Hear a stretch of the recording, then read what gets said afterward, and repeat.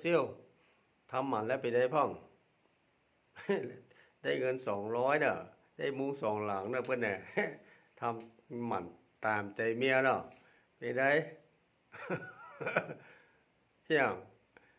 อยากคืนเงินเอาจะคืนเงินจะคืนมุ้งอีกอืมก็ไปถามหมอกะถามหมอดูก่อนกับว่าคืนได้ก่อนทำอย่างเก่าได้ก่อนหมอบอกว่าบ่ได้อ๋อจะได้จะยอมเลยอ่ะปะต๊ะจะเอามุ้ง100 หลังเอาเงินแค่200,000จะฮึบไปยังเก่าโอ้